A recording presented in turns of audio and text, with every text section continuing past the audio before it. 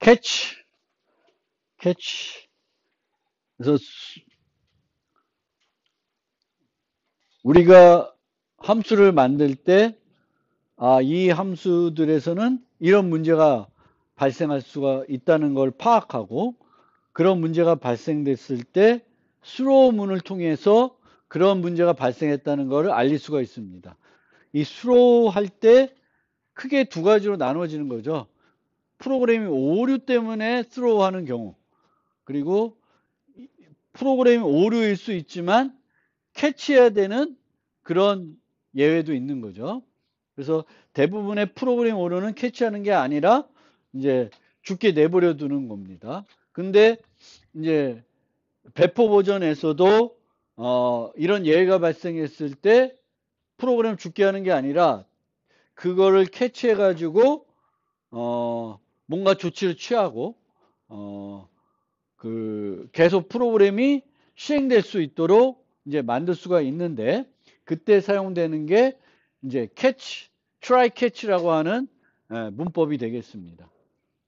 그래서 여기 예제가 있는데, 이 예제는 좋은 예제는 아니에요. 이렇게 안 짤 거예요. 그런데 이제 이 문법을 보여드리기 위한 예제를 보시면 돼요. 계좌이체 메소드를 만드는데 이런 식으로 만들지는 않을 것 같아요.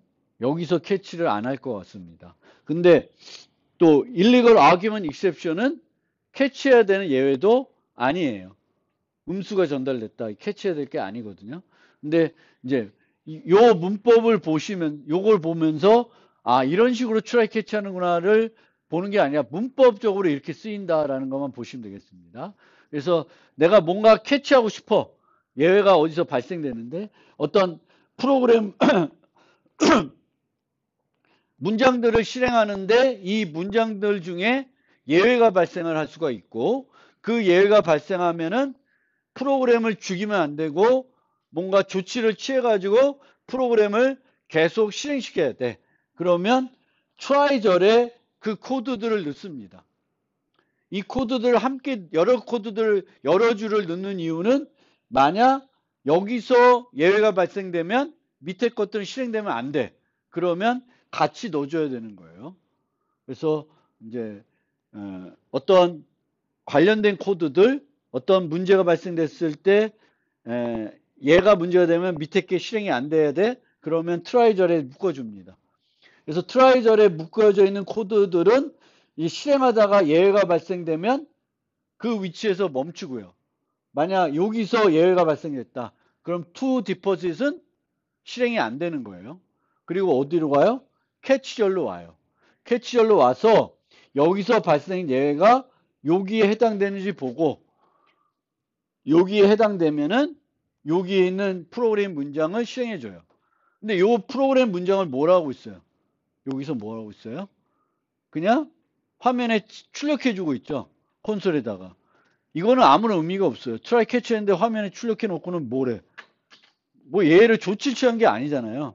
그래서 이 자체는 그냥 보여주는 그런 예제일 뿐이지, 실제 실용적으로 코드에는 이런 식으로 트라이 캐치를 하지는 않습니다. 문법적으로 보여드리면 되겠고, 여기 보면 예외를 잡는데 insufficient fund exception, illegal argument exception 두 개를 잡을 수 있게 해놓고, 그거를 보통 여러 개 나열할 때 우리가 쉼표를 쓰는데 여기 쉼표 안 쓰고 뭘 써요? 짝대기 하나, 오어를 쓴다. 이것도 주의하세요. 이거 특이한 문법이니까. 그러니까 쉼표를 쓸 수가 없어서 뭔가 그래도 말이 되는 형태로 갖다 놓은 게 이제 오어예요. 그러니까 오어니까 이게 두 개짜리도 아니고 하나짜리예요. 그래서 이제 얘가 발생하거나 얘가 발생하면 요게 실행되는 그런 형태가 돼요. 그래서 try catch 문법은 저렇게 되고요.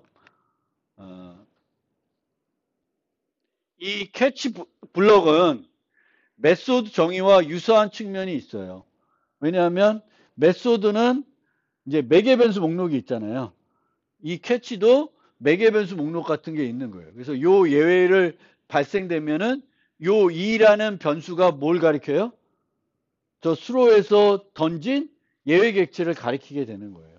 예외 객체를 가리키게 되는 거니까 그렇게 보시면 되겠고.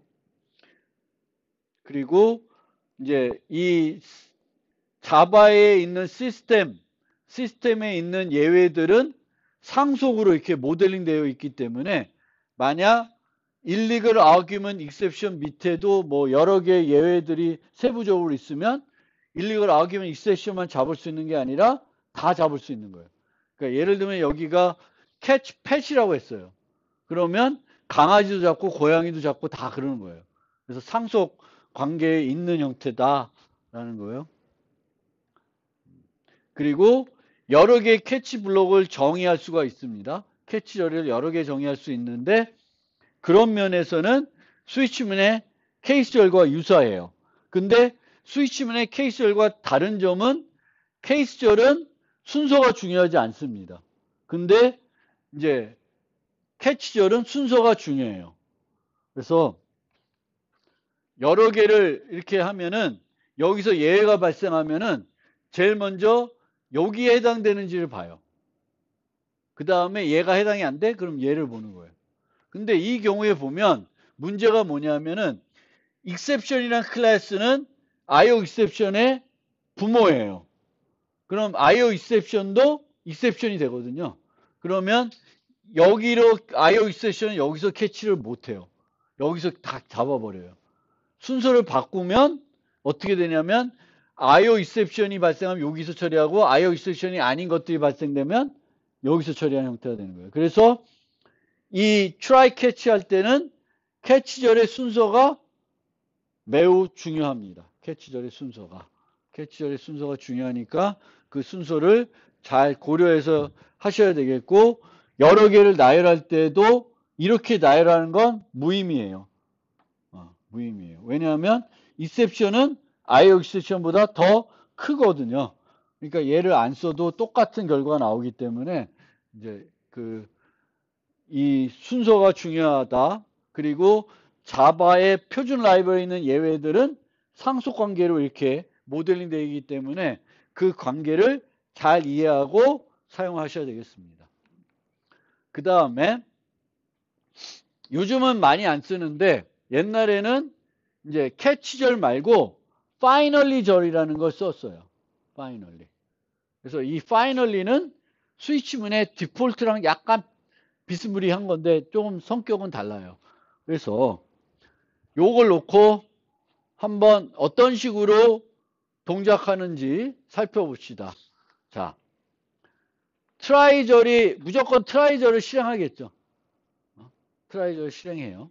그러니까 트라이 캐치절이 있으면 트라이절에 있는 문장들을 한 절씩 쭉 실행합니다. 쭉 실행하는데 예외가 발생하지 않았어요. 그럼 어떻게 돼? 바로 뭐가 실행돼요? finally가 실행이 돼요. 그렇게 이제 동작을 하고요. 그 다음에 예외가 발생을 했어요. 그럼 예외가 발생을 하면은 그 예외가 발생된 문장 다음에 있는 문장들은 실행돼 안 돼? 실행이 안 돼요. 트라이절에서 4개의 문장이 있는데 두 번째 문장에서 예외가 발생했어요. 그럼 세 번째, 네 번째는 실행이 안 돼요. 그리고 어디로 와요? 첫 번째 캐치절부터 테스트 해보는 거예요. 그래서 예외가 발생했으며 그것에 해당된 캐치 블록이 있으면 그 캐치절이 실행이 되고 나서 그 다음에 뭐가 실행돼요? finally가 실행돼요. 예외가 발생했지만 그것에 해당되는 캐치 블록이 없어요. 그럼 try 일부가 실행되고 finally가 실행된 다음에 이 예외는 못 잡았기 때문에 캐치를 못했기 때문에 어떻게 돼요? 다시 또 상위로 자동적으로 전달이 됩니다. 그러면 이 과정을 보면 finally는 어때? 무조건 실행이 되죠. 그래서 finally는 예외가 발생하든 안 하든 무조건 실행이 되는 거예요. 그래서 보통 뭔가 무조건 해야 되는 일들을 구현하기 위해서 특히 짝이 되는 처리를 도입하기 위해서 이제 finally를 뒀는데 이제는 안 쓰는 이유가 주로 파일을 오픈 클로즈 할 때 이걸 많이 썼었어요. 왜냐하면 여기서 파일을 오픈했는데 예외가 발생을 했어. 그러면 최소 뭐는 해줘야 돼? 파일을 닫아줘야 되거든요. 그래서 그 닫아주는 것을 finally에서 하기 위해서 예외가 발생했든 안 했든 무조건 파일을 오픈했으면 닫아주기 위해서 finally 썼는데 지금은 이제 뭘 쓰냐면은 요런 구문을 써요. 요걸 뭐라면 try with resource라고 해서 자동적으로 여기에 요 인터페이스를 구현하고 있는 애들을 생성을 하면 요 인터페이스에는 어떤 메소드가 있을까요? auto closeable 에는 어떤 메소드가 선언되어 있을까? close라는 메소드가 들어있는 거예요. 그러면 이 auto closeable 한 애들을 여기서 생성을 하면 이 트라이절이 끝나고 나면 finally에서 안 해도 뭘 해줘? close를 자동적으로 호출해서 닫아줍니다. 그 close에서 뭘 할지는 뭐 중요한 건 아니에요. 내가 여기다가 생성하고 싶으면은 어떤 인터페이스를 구현하면 돼요? close, auto close를 구현하면 돼요. 그리고 auto close에는 뭐가 있어? close 메소드가 있어요. 그럼 여러분들이 정의한 클래스들도 트라이절에서 여기다가 만들 수 있어요. 여기다 생성을 할 수 있어. 그러면 이 트라이절이 끝나고 나면은 자동적으로 무슨 메소드가 불러져요? 여러분들이 정의한 클로즈 메소드가 불러지게끔 만들 수가 있습니다. 그래서 요즘은 요걸 사용하기 때문에 이제 그런 기능을 하게 되겠고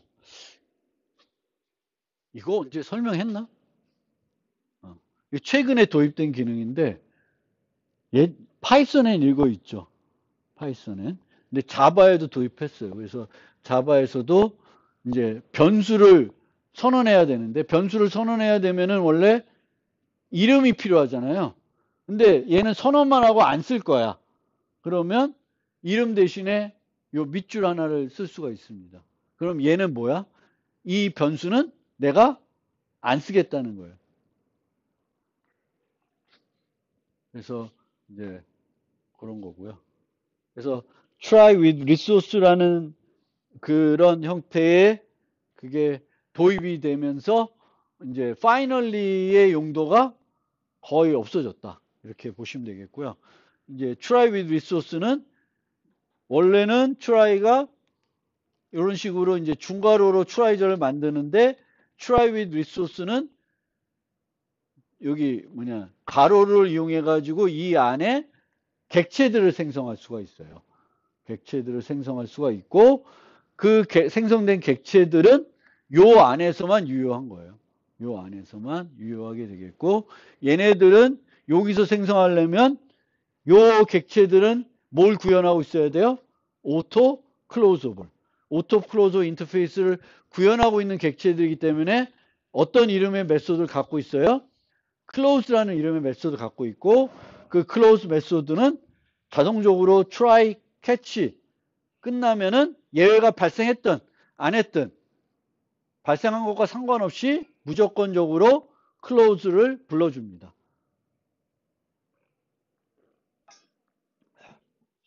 정상적으로 끝날 때만 close 불러주는 거 아니에요.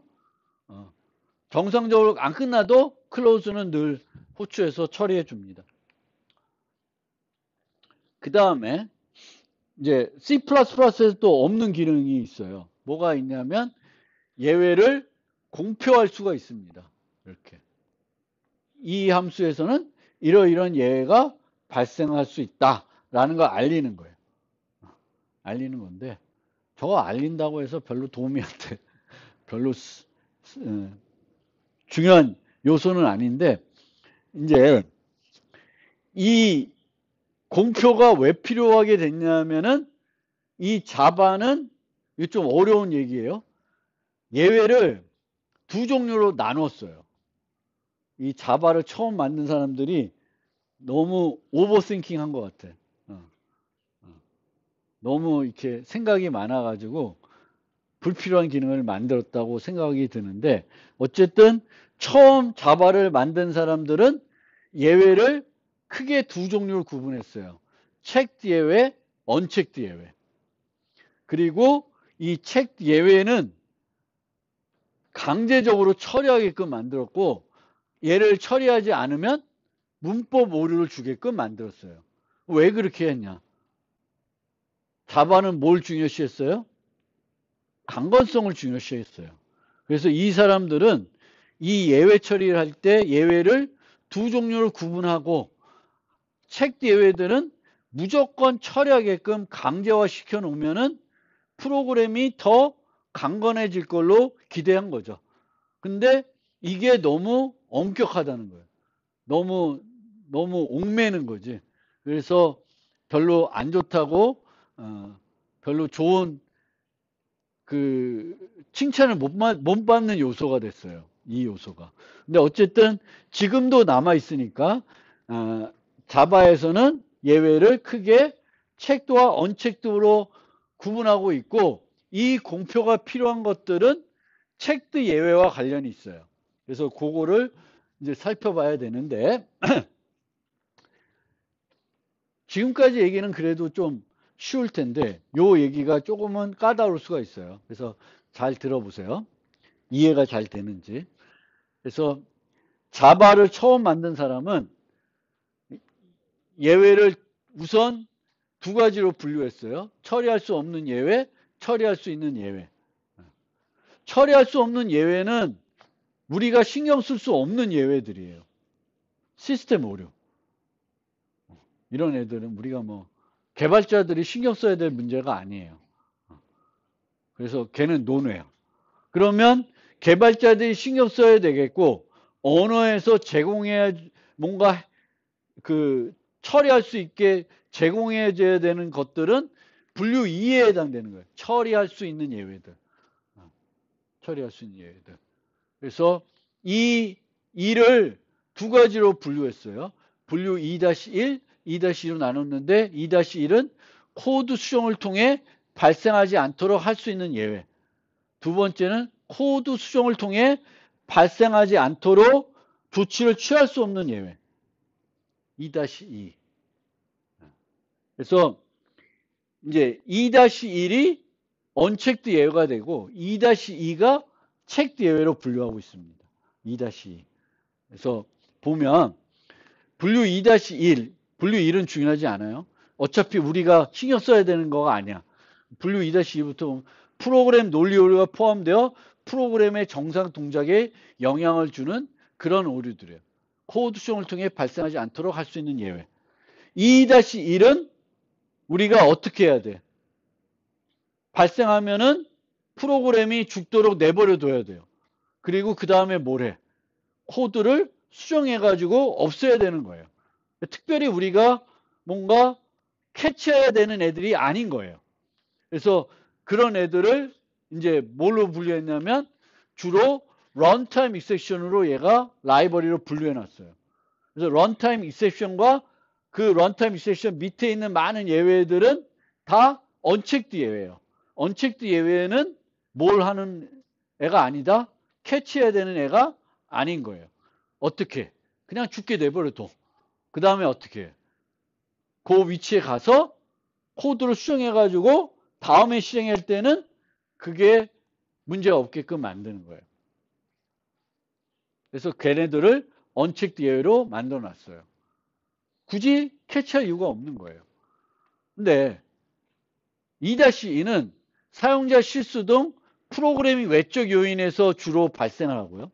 어떤 예외냐면 코드 수정을 통해 발생하지 않도록 할 수가 없어요. 사용자가 실수하는 건 우리가 막을 수가 없잖아요. 물론 사용자가 실수하는 걸 줄일 수는 있어요. 어떻게 줄여? 뭘 하면 줄일 수 있어? 사용자 인터페이스를 잘 만들면 줄일 수는 있어요. 줄일 수는 있지만 여전히 어떤 입력들은 우리가 줄이기가 어려울 수가 있습니다.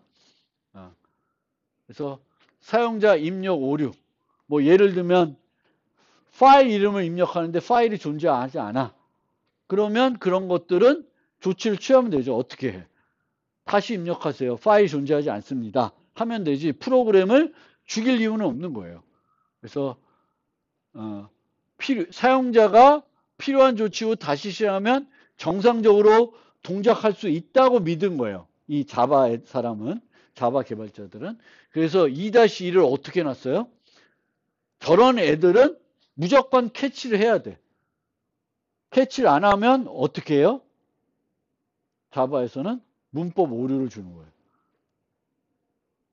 조금 너무 하는 거죠. 그렇죠? 나는 하기 싫으면 안 하게 해줘야지. 그걸 안 했다고 해서 문법 오류 주면 어떡해. 근데 여기서 자바에서는 요런 애들을 캐치하지 않고 있으면 어떻게 해? 문법 오류를 주는 거예요. 그래서 자바는 분류 2-2를 unchecked, 분류 2-2를 checked로 해놓고 이 2-2 애들은 강제적으로 조치를 취하게 해놓고 있고요. 강제적으로 조치를 안 하면 뭘 어떻게 한다? 문법 오류를 줍니다. 그럼 문법 오류를 피하려고 그러면 어떻게 해야 돼? 캐치를 해야 되는데 캐치하기 싫어.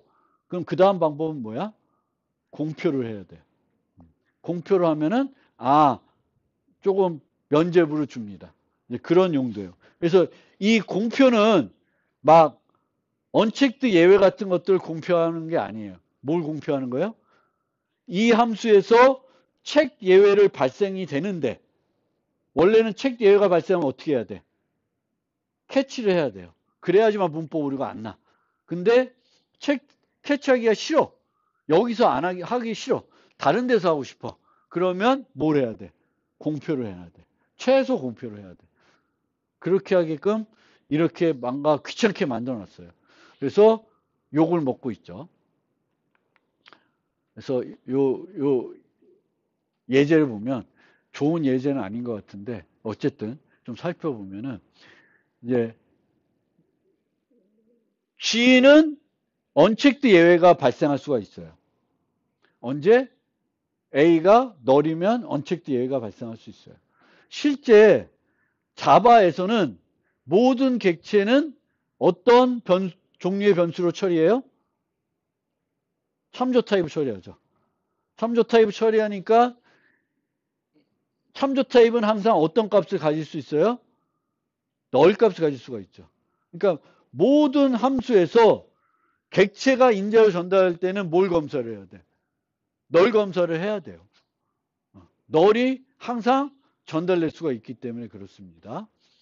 그래서 이제 그런 거고요. 이 F에서는 체크드 예외가 발생할 수가 있어요. 그럼 내가 이렇게 코딩을 하면 문법 오류가 나와요. 왜 문법 오류가 나냐? G에서 발생하는 언체크드 예외를 처리하지 않았기 때문에 발생하는 게 아니라 뭘 해요? 이 F 함수에서 체크드 예외가 발생할 수 있음에도 불구하고 나는 아무런 조치를 안 하고 있으니까 자바에서 문법 오류를 줍니다. 그럼 어떻게 해야 돼? 두 가지 방법이 있는 거예요. 이렇게 try catch를 하는 거예요. try catch를 하면은 이제 문법 오류를 주지 않습니다. 근데 여기서 캐치하고 싶지 않고 어디서 캐치하고 싶어? 펑을 호출하는 그보다 상위 함수에서 F에서의 문제를 처리하고 싶어요. 그럼 어떻게 해야 돼? 요걸 안 해주면 문법 오류가 계속 나는 거예요. 그래서 여기다 뭘 해줘요? throws a exception 해가지고 여기서 체크 예외를 발생하지만 나는 처리 안 하겠다. 나를 부르는 사람은 그거를 처리해라. 이렇게 하는 게 이 공표입니다. 공표. 그래서 두 가지 방법. 내가 함수를 구현하는데 내가 구현하는 함수 내에서 체크 예외가 발생할 수 있어요. 그러면 try catch를 하거나 아니면 공표를 해야 돼. 근데 메인이 공표를 하고 있어요. 체크 예외를. 그럼 바람직한 거예요? 메인이 공표를 한다는 거는 메인에서 못 잡으면 어디서 잡는 거야? JVM 잡는 거지. 근데 그건 아닌 거예요. 왜? 체크 예외는 JVM에서 잡을 게 아니라 내 프로그램 내에서 잡아야 되는 거예요.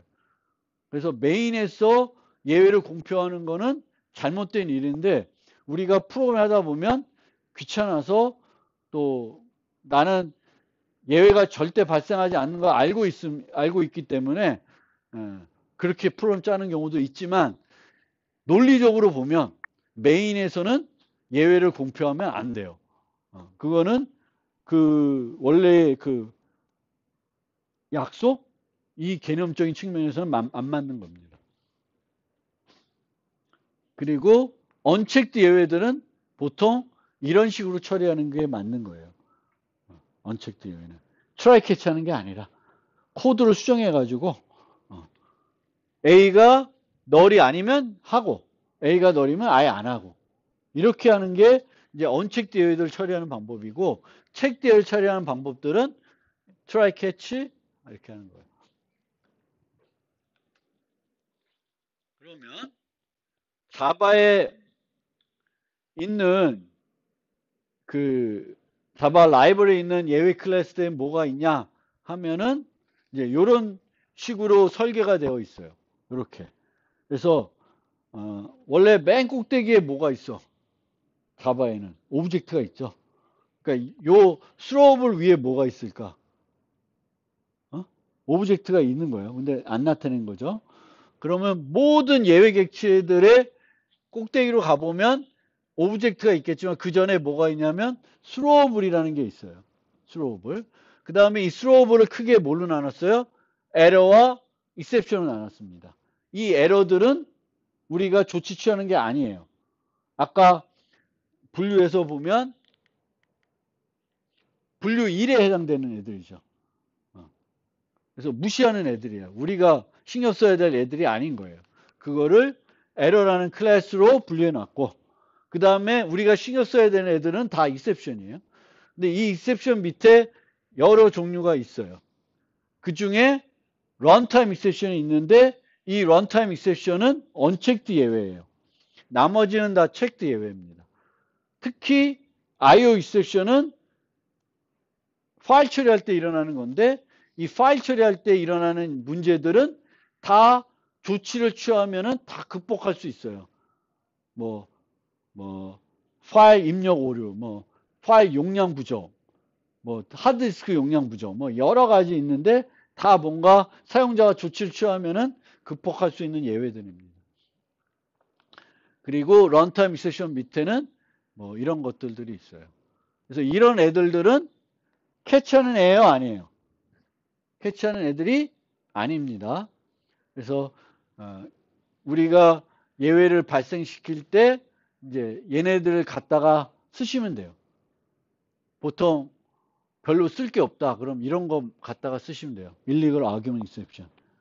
인자가 좀 부적절해. 그럼 얘 발생해서 프로그램을 죽이시면 돼요. 근데 얘가 범위와 관련된 거다. 그럼 얘 쓰시면 되겠고요. 무슨 산술 계산하는 문제가 있다. 그럼 얘 쓰셔도 되고. 그런 겁니다.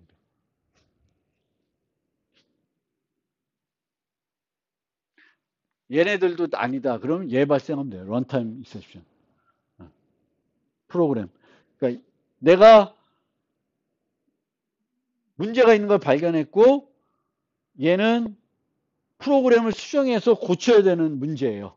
그러면 이런 것들을 이용해서 예외를 발생하면 되고 내가 직접 새로운 예외를 정의할 이유가 전혀 없고요. 이런 애들은 발생하면은 잡는 거가 아니고 또 그렇기 때문에 얘네들 발생할 때 그 문자열을 주게 되어 있는데 그 문자열들이 내 디버깅 할 때 상당히 도움이 되는 문자열을 넘겨주셔야 될 필요성은 있습니다. 그 다음에 이제 이런 애들이 아니라 내가 캐치해야 될 애야. 그러면은 이제 정의를 해줘야 되겠. 그리고 캐치할 애고 뭔가 조치를 취해야 되는데 그 조치를 취하기 위해서는 어떤 기능들이 필요해. 그럼 그 기능들을 갖고 있는 예외 클래스를 만들 수가 있습니다. 예를 들면 insufficient fund exception 같은 걸 만들 수가 있어요. 근데 여기에 여러 가지 얘기가 있지만 결론적으로 제가 좀 쉽게 말씀드리면 프로그래밍 오류 캐치하지 않은 애들은 굳이 내가 사용자 정의 예외를 정의할 이유가 없습니다. 그러면 사용자 정의 예외를 만든다는 건 아마 캐치해야 될 애들인 것이고, 그럼 캐치할 애들들은 자바 철학에 맞게끔 구현한다 그러면 책 예외로 사용자 정의 예외 클래스를 만드는 게 맞는 방법일 겁니다. 근데 난 그래도 싫어. 그러면 그냥 언체크드 예외로 만드셔도 돼요. 근데 보통은 언체크드 예외는 캐치하는 애들이 아니니까 체크드 예외로 만드는 게 자바 철학하고 맞는 겁니다. 그러면 내가 새 사용자 정의 예외를 만드는데 그 체크드 예외로 만들고 싶어요. 그러면 exception을 상속받아서 만드시면 되겠고, 만약 unchecked 예외를 만들고 싶으면은 뭘 상속하시면 돼요? runtime exception을 상속해서 만드시면 돼요. 그리고 기본적으로 새 예외 클래스를 만들 때에는 요 두 가지 생성자는 만들어 주셔야지 쓰기가 편합니다. 기본 생성자, 문자 하나 받는 생성자. 근데 보통은 이제 얘네들은 책 예외일 테니까 요 생성자만 만드는 게 아니라 추가적인 기능이 필요해서 만들 거예요, 아마. 그런 기능들을 넣으셔야 되겠죠. 뭐 예를 들면 이렇게 만들어서 부족 금액이 얼마인지, 또는 이 잔액 부족을 발생시킨 객체가 어떤 계좌인지, 뭐 그런 정보들을 얘한테 다 설정해줘서 던져줄 수가 있죠. 그럼 그걸 여기서 정보를 받아서 사용자한테 보여줄 문자열도 만들어서 보여주고 또 다시 실행하고 뭐 이런 조치들을 취할 수가 있습니다.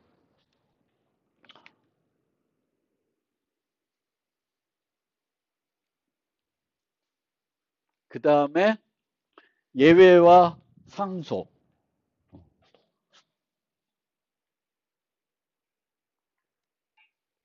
지난번에 말씀드린 건데, 이제 이 공표하는 요 애들들은 어떤 애들이에요? 체크드 예외들이에요. 체크드 예외들이니까 A가 두 개의 체크드 예외를 발생시켜요. 그러면 자식들은 요 두 개보다는 적어도 돼요. 부분 집합이면 돼요. 근데 부분 집합이 아니면 안 돼. 그래서 얘는 괜찮아요. 얘는 전혀 엉뚱한 걸 발생하고 있죠. A 리모컨을 쓰면은 뭘 기대해? 책 1과 책 2가 발생할 걸 기대하는데 얘를 쓰면은 전혀 다른 책 3가 발생하죠. 안 돼요. 얘는 또 책 3가 발생하죠. 책 1, 책 2도 발생하지만 책 3가 발생하니까 안 되는 거예요. 그래서 메소드를 재정의할 때는 부모 메소드가 어떤 책 예외들을 발생하면 자식들은 그 책들 예외들의 부분 집합을 발생할 수가 있습니다. 아예 안 해도 돼. 그건 상관없는데 더 많이 하면 안 돼요. 다른 걸 해도 안 되고. 그리고 예외 관련된 팁들. 물론 이 트라이 캐치 하면 요 부분만 봐서 코드를 읽을 수도 있는데 그것도 복잡하다 그러면 이런 식으로 얘를 이렇게 만들고 G를 따로 만들어서 얘를 통해서 코드 리뷰를 해볼 수 있어요. 정상적인 경우에만 내가 살펴보고 싶으면은 그런 방법이 하나 있고요. 그 다음에 자바 라이브를 사용할 때는 그 함수들이 메소드들이 어떤 예외를 발생하는지 잘 살펴보세요. 언제 발생하는지. 그래서 내 프로그램이 내가 라이브러리 함수 호출했는데 죽었어. 그런데 왜 죽었을까 보려면 뭘 살펴봐야 돼요? API 문서를 살펴봐야 되죠. 내가 뭔가 인자를 잘못 전달해서 죽었겠죠. 그래서 언제 어떤 예외가 발생했는지 살펴보고 이제 그걸 파악해서 디버깅 하시면 좋겠고, 예외를 무시하는 건 바람직하지는 않습니다. 특히 체크드 예외를 무시하는 건 바람직하지 않고요. 언체크드 예외는 트라이 캐치하는 게 아니라고 그랬어요. 그냥 죽게 내버려 두고 죽으면 행복해 하시면 돼요. 그래서 그렇게 하시면 되겠고, 그 다음에 예외를 작은 단위로 관리하는 건 비효율적입니다. 예외는 얘가 죽었을 때 실행이 안 돼야 되는 애들들 같이 묶어줘야 되는 거예요. try catch는. 그래서 너무 자한 목적으로 하면 안 되고, 그리고 예외 처리 기법을 프로그램 제어 목적으로 쓰시면 안 돼요. 다른 목적으로 쓰면 안 된다. 이거 해도 정상적으로 실행이 될 텐데 이렇게 쓰지 마세요. 자바는 그 색인이 유효 범위를 벗어나면 예외가 발생해요. C++는 범위를 벗어나도 계속해요. 그냥 메모리 거기에 계속 써요. 근데 자바는 예외 발생해요. 그래서 예외를 잡으면 얘는 계속 실행하다가 벗어나면 예외가 발생하면 여기를 받고 끝내겠죠.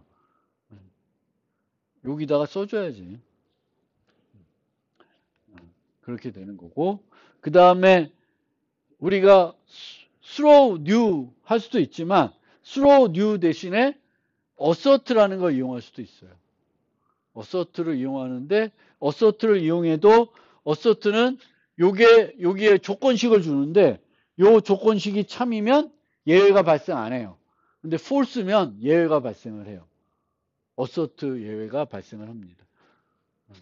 그래서 요것과 똑같은 기능을 하는 건데 얘는 나중에 내가 다 주석 처리하거나 없애야 되는 거지만 얘는 요 옵션을 줘서 통째로 그냥 무시하게 할 수도 있어요. 그래서 어서트가 더 편하다고 하시는 분도 있는데 뭐 그거는 여러분들이 알아서 판단하시면 되겠고, 그 다음에 오류를 줄이는 팁. 첫 번째는 함수가 너를 반환하면 안 돼요. 그리고 함수에 너를 전달하면 안 돼요. 그래서 내가 코드를 만들 때 혹시 너를 전달할 수 있게 만들지 않았는지, 함수의 결과로 너를 주지 않는지. 그럼 함수의 결과로 너를 주는 경우는 언제일까? 뭔가 정상적인 경우를 줄 수 없을 때 너를 주는 경우가 많죠. 그때도 다른 것들을 주시면 돼요. 예를 들면 이런 거예요. 여기 보면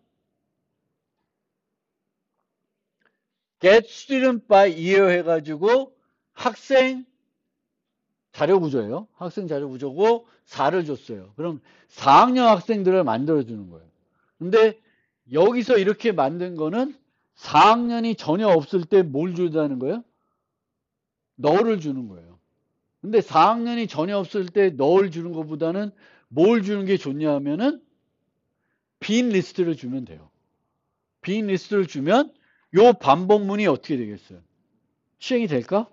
시행이 안 되겠죠. 널 검사가 필요 없어지는 거예요. 우리가 또 어떤 것도 만들 수 있냐면 더미 객체 같은 걸 만들 수도 있어요. 더미 객체. 똑같은 클래스를 상속받아서 하나 더 만들어.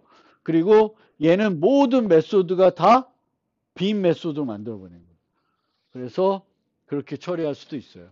어쨌든 이제 우리가 너를 줄 때 너를 안 주고도 똑같은 효과를 낼 수 있으면 더 좋은 거예요. 왜? 자바는 그게 너무 귀찮은 거예요. 널 검사. 막 계속 여기저기서 널 검사를 해야 되는데 그게 번거롭기 때문에 널 검사를 하지 않아도 되게끔 코드를 짜는 게 중요합니다. 그런 것들 때문에 이제 이런 게 이제 나온 거예요. 그래서 오브젝트에 보면 이 객체를 처리할 때 우리가 활용할 수 있는, 예외 처리할 때 쓸 수 있는 여러 메소드들이 있어요. 그래서 보통은 우리가 이런 거 할 때 널 검사를 이렇게 직접 할 수가 있는데 널 검사를 직접 하지 않고 이렇게 할 수가 있어요. Object requires non-null A 하면은 이 메소드는 A가 널이면 널 예외를 발생시켜요. 널이 아니면 A 자체를 그냥 또 줘요. 그럼 this.a는 A가 되는 거예요. 근데 object require non-null 말고 또 뭐가 있냐면 non-null else, non-null else get 뭐 여러 가지가 있습니다. 근데 얘는 보면 요건 뭐 어떻게 돼요? 요거의 의미는 뭘까? name이 null이었어요. name이 null이면 A는 무슨 값을 가져요? 무명이란 값을 가져요. 그 다음에 요거는 웨폰이 null이면은 얘는 기본적으로 뭘 가져요? 수어들을 가져요. 그래서 이제 여러분들이 자바에서 예외 처리할 때 꼭 학습해야 되는 클래스가 뭐다? 오브젝트예요. 오브젝트하고 다른 거예요. 오브젝트는 가장 꼭대기에 있는 그 객체, 그 클래스이고, 오브젝트 S는 스태틱 메소드들이 많이 있는, 오브젝트를 처리할 때, 예외 처리할 때 쓸 수 있는 많은 함수들이 있는 클래스입니다. 그래서 거기 있는 클래스들을 내가 적절하게 쓸 수가 있고요. 이제 이렇게 놓으면, 셋 할 때 이렇게 했어요. 그럼 뭐가 좋을까? 셋 할 때 널 검사를 했어요. 그럼 뭐가 좋아요? 세터에서 널 검사를 했어요. 그럼 뭐가 좋을까? 클래스를 만드는데 세터에서 널 검사를 했어요. 생성자에서도 널 검사를 했어요. 그럼 뭐가 좋아? 다른 메소드에서는 이 멤버 변수가 널이라는 거를 생각 안 해도 돼요. 왜? 이 멤버 변수를 수정할 수 있는 곳은 어디일까? 두 곳이에요. 생성자, 수정자. 그리고 생성자, 수정자에서 모두 널 검사를 해놨어. 널이면 널 예외가 발생하게끔 해놨어. 그러면 다른 함수들에서는, 다른 메소드에서는 멤버 변수 A가 널이라는 걸 생각하지 않고, 널 검사를 하지 않고 프로그램을 할 수가 있습니다. 그게 가장 중요한 거예요. 우리가 널 검사하는 이유. 나중에 얘가 널이 아니라는 확신을 갖고 코딩할 수 있게 해주는 거예요. 그게 상당히 중요한 요소가 됩니다. 이 오브젝트에 또 어떤 애가 있냐면 요런 애도 있어요. 우리가 범위 검사 많이 하잖아요. 주구장창. 뭐 이렇게 만들어서 이 X값이 0보다 작아졌는지 폭보다 커졌는지 막 검사를 하는데 그 검사도 이런 식으로 체크 인덱스를 이용해서 좀 간결하게 할 수도 있습니다. 어쨌든 이 오브젝트에는 예외 처리할 때 즐겨 쓸 수 있는 많은 메소드들이 있으니까 한번 또 살펴보시고요. 마지막으로 이제 설명드릴 내용은 옵셔널입니다. 옵셔널. 그래서 옵셔널은 뭐냐면은 아까 우리가 이제 함수에서 뭐를 반환해야 되는데 줄 게 없어. 줄 게 없어요. 그러면 이제 너를 반환할 수가 있는데 너를 반환하는 거는 가장 나쁜 방법이에요. 그럼 그 다음에 우리가 할 수 있는 건 너를 반환하지 않고 뭔가를 반환해 가지고 문제가 없게끔 뭐 빈 리스트를 반환한다든지 더미 객체를 반환한다든지 이런 방법이 있을 수 있고 또 하나의 방법은 바로 옵셔널을 쓰는 거예요. 옵셔널. 이 옵셔널을 쓰면 함수의 반환값이 옵셔널이야. 옵셔널이야. 그럼 이 f라는 함수는 문서적으로 어떤 의미를 가져요? 얘는 내가 뭔가 반환값을 줄 수 있는 함수인데 때에 따라서는 내가 원하는 거를 못 반환해 줄 수 있다는 게 명확해지는 거예요. 옵셔널이라는 거. 보통 이런 함수들은 예전에는 어떻게 했냐면은 정상적인 경우가 아닐 때 어떤 값을 주지? 그걸 또 API에서 찾아봤어야 돼. 근데 안 찾아봐도 돼요, 이제는. 옵셔널이라는 거는 내가 있다 없다라는 거를 요걸로 물어보면 돼요. is present가 true면 얘는 반환 값이 내가 원하는 걸 줬다는 거고요. is present가 false면 어떻게 되는 거야? 내가 원하는 거를 못 줬다는 거죠. 이게 마이너스 1인지 맥스 값인지 뭐 어떤 값인지 그거를 내가 알아서 비교해서 판단하는 게 아니라 그냥 함수 하나 호출해 가지고 반환 값을 내가 정상적으로 얻었는지 안 얻었는지를 알 수가 있어요. 그 다음에 얘는 이 함수 프로그램과 결합하면은 되게 막강하게 쓸 수가 있습니다. 뭐 if present 이건 아직 이제 함수 프로그램은 제대로 못 배웠지만 이런 식으로 써가지고 요 문장은 학생이 있는 경우에만 학생을 출력해 줍니다. 그런 형태의 코딩이 되겠고, 만약 옵셔널을 우리가 반환 함수를 만들고 싶으면 이 함수가 반환하는 게 스튜던트다. 그러면 원래는 그냥 스튜던트 쓰겠죠. 그리고 이제 없을 때 널 줬을 텐데 이제는 옵셔널 하고 이렇게 하는 거예요. 이게 범용 클래스거든요. 그렇겠죠. 이렇게 하고 정상적인 값을 줄 때는 of 쓰시면 되겠고요. 정상적인 거가 없을 때는 옵셔널 뭘 부르면 돼요? empty를 부르면 돼요. 그럼 empty를 리턴했을 때는 내가 어떻게 한다? is present가 false가 될 거예요. 그래서 이제는 앞으로 여러분들이 함수를 만드는데, 메소드를 만드는데 비정상적인 경우에 어떤 값을 반환할지 고민하지 마시고 또 널을 반환하지 마시고 그런 함수들은 뭘 이용해서 정의해라? 옵셔널을 이용해서 정의하면은 더 효과적으로 프로그래밍을 하실 수가 있습니다.